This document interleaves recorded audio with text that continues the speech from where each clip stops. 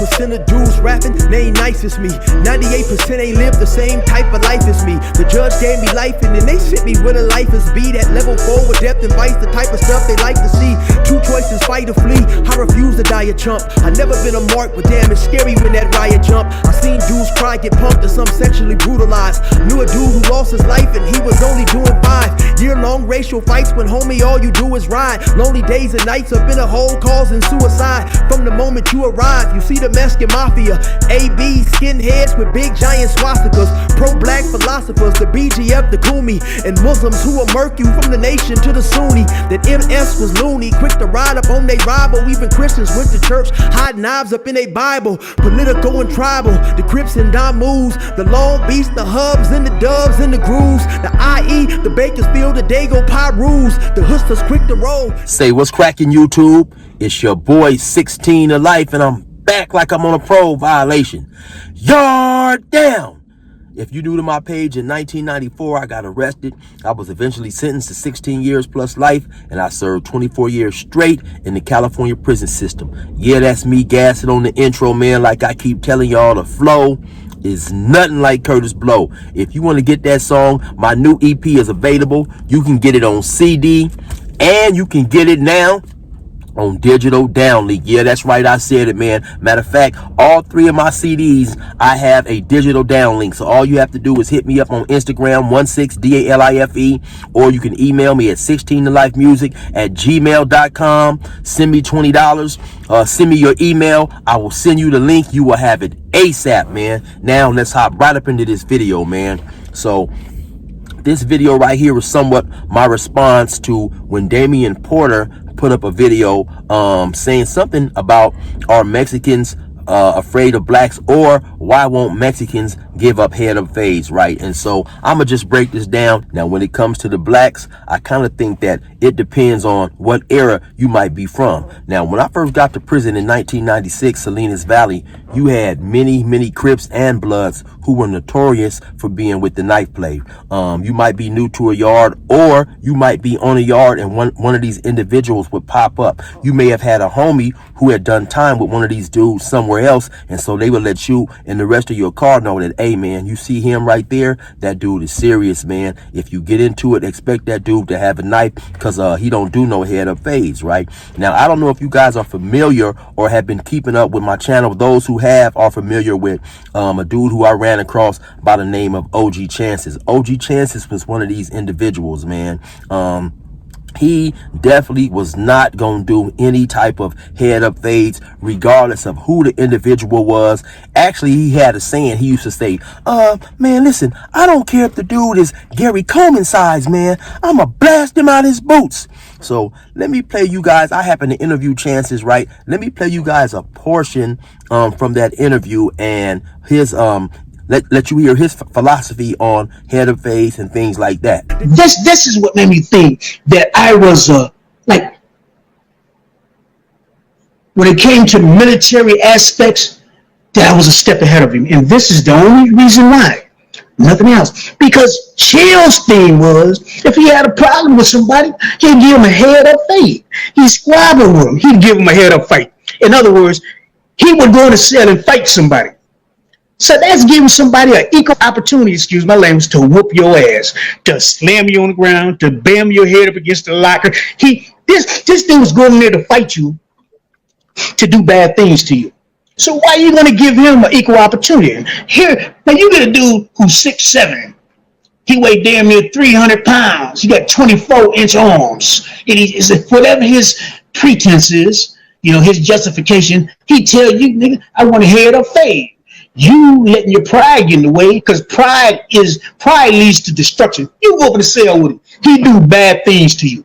That was your thought. Miyamoto Musashi, Sun Tzu, and also Mao Zedong said, anytime a soldier, a warrior, a man, an M2, a man loses a fight, it's his fault. because he didn't do what it takes to win. Now, all this stuff I'm telling you is my ideology. Now, I was born in 1971, so I grew up in the 70s and I grew up in the 80s, you know, at that point in time in my town. And I pretty much believe in a lot of other black communities as well. There was a big emphasis put on boxing and knowing how to defend yourself. My older homies and my uncles, they would go up to the park, I believe every Saturday, maybe every Saturday and Sunday, but there was a boxing ring up there. And, you know, they would get in the gloves, they would box and stuff. And so that was something that was extremely prevalent in the community. I remember being 6 years old, you know, with my uncle taking me in the back room, showing me how to fight, showing me how to hold my hands, and sometimes taking me with him to some of his friends' house. If his friend happened to have a younger brother or a cousin or a nephew my age, sometimes they would make us box, right? So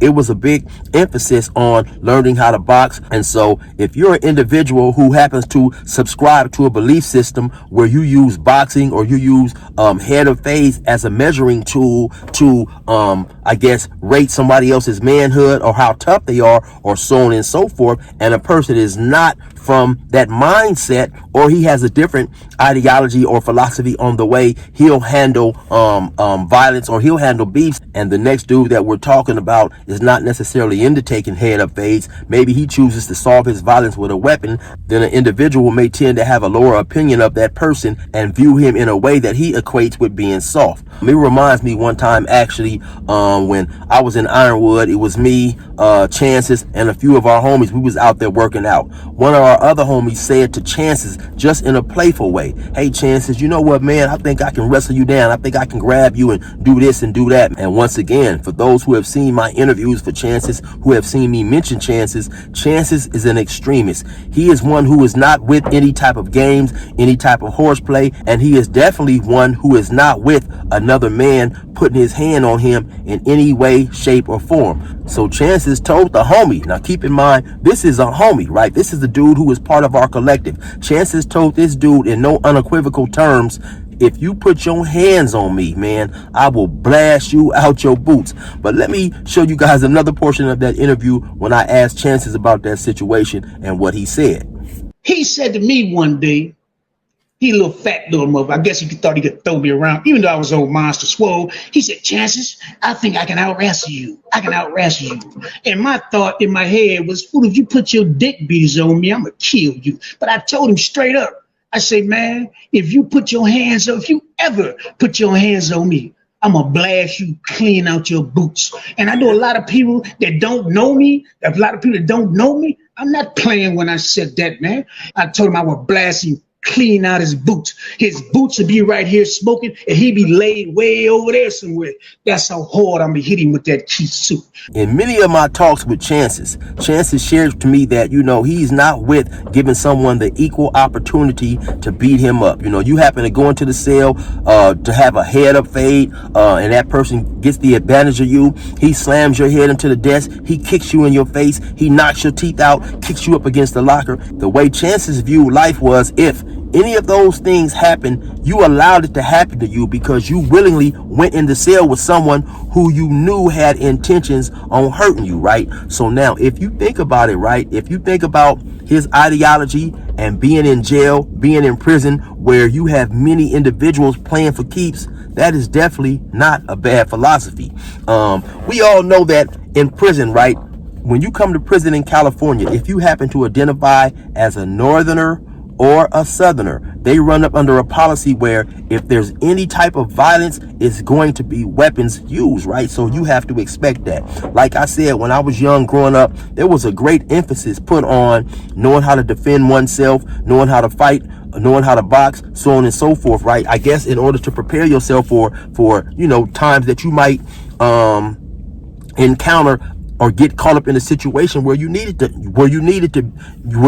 be violent and where you needed to know how to defend yourself, right? I am not saying that same emphasis was not expressed and used in other cultures, used in other races, right? I'm not saying that Mexicans and whites did not feel the same about violence, self-defense, so on and so forth. I do know that, you know, when I was 11, 12 years old, somewhere around there, I would see some of my Mexican friends, some dudes who I went to school with, they had knives early growing up. Now, maybe that is, or maybe that's not a part of their culture. I do not know, right? But like I said, judging the actions of one's, judging another one's actions on the beliefs of your culture or practices, sometimes it's not always right, or sometimes could also get you caught up, right? Can we say that size is not a factor when a person considers whether he will or whether he won't take a head of fade? To be honest, I think everybody considers that, right? If you take the greatest lightweight fighter in the world, whoever you think that is, right, and you take the greatest heavyweight fighter in the world, whoever you may think that is, right, you put them in a ring together, it's no question that the heavyweight is going to win that fight, just due to the fact that he is much heavier than the lightweight, and due to the fact that he can create more power in the punches that's thrown. Right now, you may be a skilled person, you may be a smaller individual, and you may run across a bigger person who's not skilled, and you're able to whoop him, you're able to whoop a bunch of them. But if you happen to run across a bigger person who outweighs you 70, 80 pounds, and he's just as skilled as you are, the force of his blows is eventually going to take toll on the younger individual, right? Let me play you guys an excerpt from a video I ran across where you had a Mexican dude talking about a riot that jumped off at a prison known as CRC, right? And so just check this out. So back then you used to throw your ID on the chair, and where you're sitting at, and that's like letting the people know when you get up to go use the restroom or something. That's like letting the next person know, hey, this is my chair. So you would throw your ID on it. Well, this day, everybody's looking for chairs because it's the Super Bowl, bro, and the TV rooms are in their own room. The dorms in the back, the TV rooms in the front.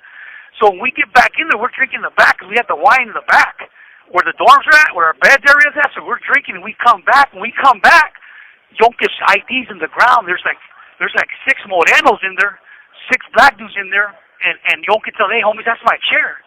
And he goes, I didn't see no ID on it when I came in. But Yonkis ID's on the ground. He's picking it up. He goes, yeah, because you threw it off the chair. And the homie said, nah, I didn't throw shit off the chair. So as he's doing this, he gets up. He stands up. And this dude was kind of big. Or you got to remember, back then they had weights. And most of us, you know me, we're kind of small youngsters. And back then I think Yonkis was like 21. I was 18. These dudes were already kind of big, too. These dudes are like 30-something already. They're kind of yoked up, bro. I'm talking about swole. They've been there like 2-3 years already in CRC. So Yonkis sees that when he gets up, and he's like, oh, so you're not going to give me the chair back? He goes, nah, there was no idea in it, I'm telling you. So Yonkis just says, all right. So I'm thinking, no, we can't let it go like this. So Yonkis gets out the TV room, and we follow him, a couple homies from my area, from Imperial Valley, and we tell him, what's up? And he goes, come on, let's go to my area. So he goes to his bed area. He goes, pick up the bed. And the bed, you know, the bed, it's 2 beds. You can move them around. So we pick up the bed, and the bottom of the bed, he takes up the top off the bottom that's holding the side of the bed, and he pulls it out. And he had a big old fierro, like an ice pick, big one. So he pulls it out. And he said, what's up? He goes, I'm going to go hit this fool. So we're like, all right. I mean, if that's what you want to do, dog. He's like, yeah, because I'm not going to fight him. That dude's going to beat me up. He's too big. And he was. So as soon as we went we already planned out, look, we're going to go in. If he doesn't give up the chair, this is what we talked about. We said, if we go in there and he doesn't give up the chair, then Yonkis, I'm just going to take off on him.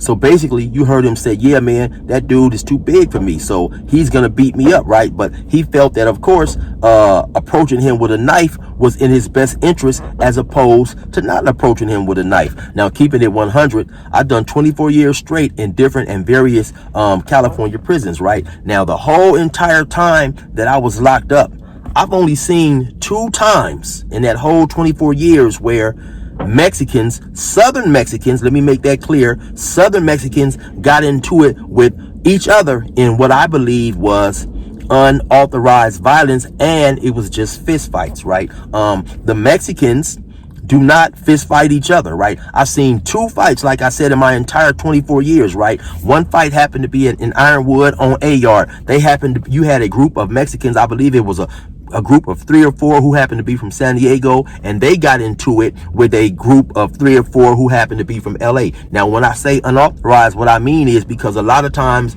with the Mexicans, Southern and Northern, anytime you see them involved in violence among their own people, it's sanctioned, it's authorized. Somebody has given the go to go ahead and do this, right? Now, this first incident that I seen between two group of Mexicans, like I said, happened on A Yard in Ironwood. They was leaving work exchange, basically, which is coming from an area where you have vocational trades, whether it's welding, mechanics, mill and cabinet, stuff like that. They was leaving that work exchange spot, and for whatever reason, they got into it on the yard, right? Something just broke out spontaneously. There was a fist fight among, however many it was of them. Then I happened to be at a prison known as Chuckawalla, which is right across the street from Ironwood.